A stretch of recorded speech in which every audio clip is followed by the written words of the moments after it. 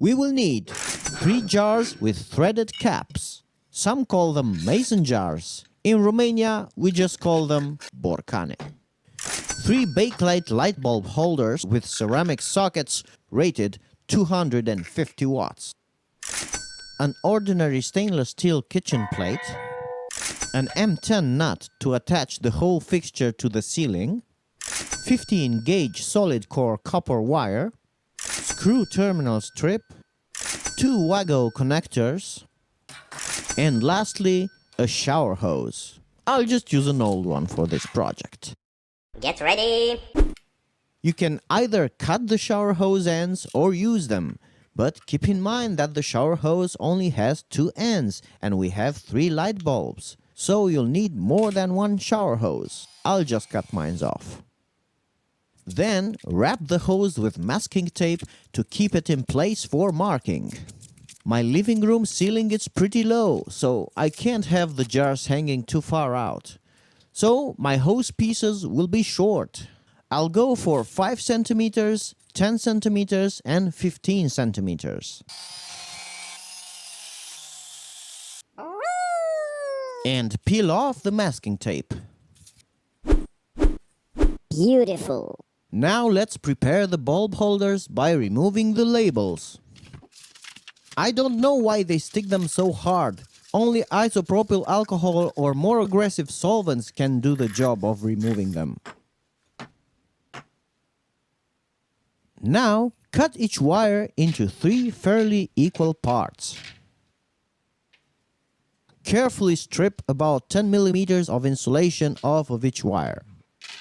Don't squeeze the pliers too much to cut the copper wire, only squeeze them enough to grip the plastic. Then, pull sideways to cut the insulation.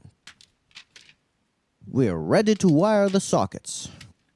First, unscrew the bulb holder and get the socket out. I like to connect this terminal to the live wire as it's the furthest away from your fingers when you change the light bulb.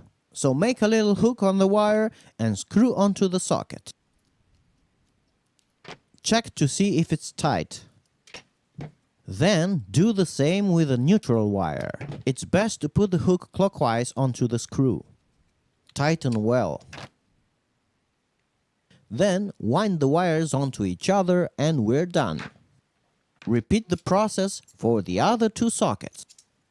Meanwhile, let's prepare the caps. First, get rid of this seal. We have to find and mark the center of the cap.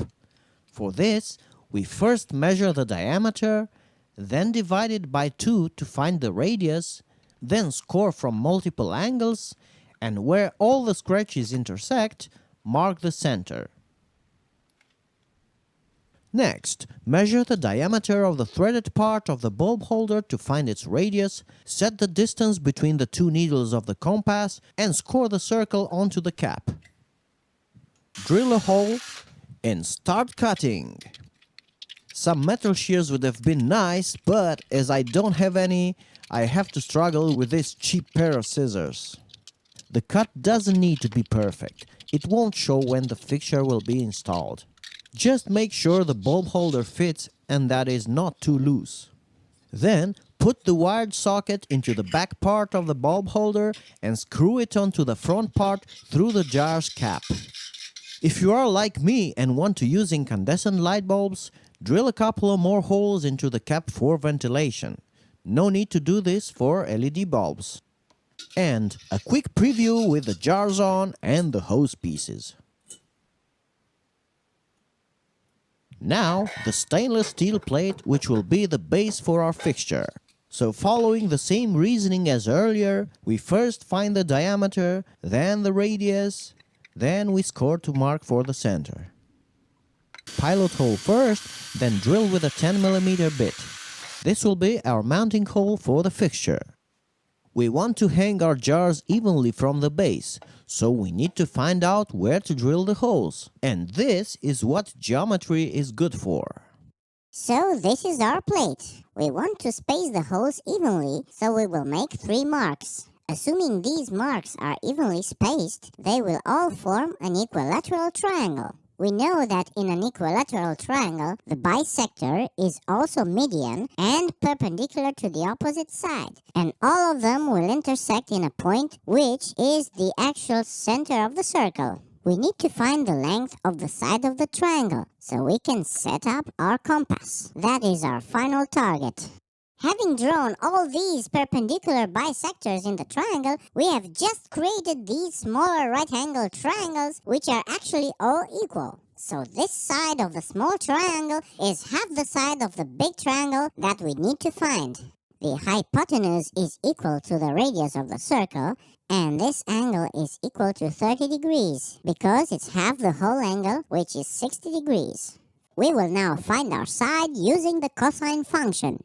30 degrees cosine is equal to the adjacent side, which is s over 2, over the hypotenuse, which is r.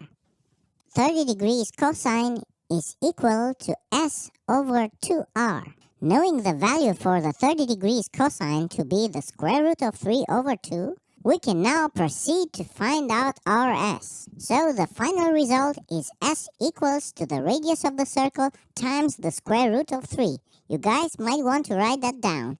So let's check again the diameter of the plate and divide it by 2. Our radius is 61.5 millimeters. So let's bring out a calculator.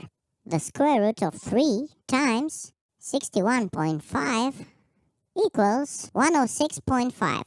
So guys, this is the distance that we need to have between our compass needles. So let's bring out a ruler and align our instrument. We make a mark, then measure the other two with the compass, and we're done. 3 perfectly spaced marks. Connect the marks with the center, then measure 10 millimeters from the outer rim. And this is the exact location of our holes. Drill the pilot holes, then enlarge with the 6 millimeter drill bit. Then bevel the holes to protect the wires. You can also use rubber grommets. And remove the Sharpie with some alcohol. Before we start assembling, we want to wrap some duct tape where the wires will meet the holes in the steel plate to further protect them. No need for that if you use rubber grommets. Then carefully pull the wires through the holes until the hose pieces meet with the plate. Then secure with zip ties. I recommend 2 per each wire. This bulb will be single and these two will be linked together, so I'll call them the single branch and the double branch. That said, let's begin wiring. I'll start with a double branch. Get the live wires together, cut them to size, strip the insulation, and push them into a 3-port WAGO connector. Now gather the neutral wires from both branches, cut them to size, strip the ends, and push them into a 4 or 5-port WAGO connector.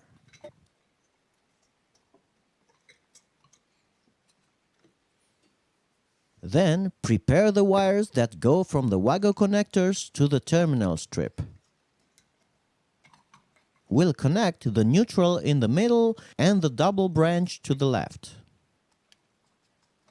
Tighten the screws well. Lastly, we connect the wire from the single branch to the right. And we are now done. Let's get it onto the ceiling. The only things that are left to do are to install the light bulbs, and no, you didn't see that LED bulb I just put there, and to screw on the jars. Ai, po bune.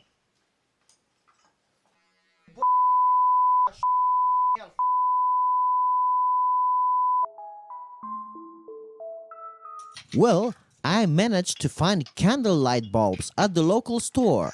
They were actually the last 3 pieces in stock, and that is for real. So, the video is saved. Now, we can finally put the jars on and hit the lights.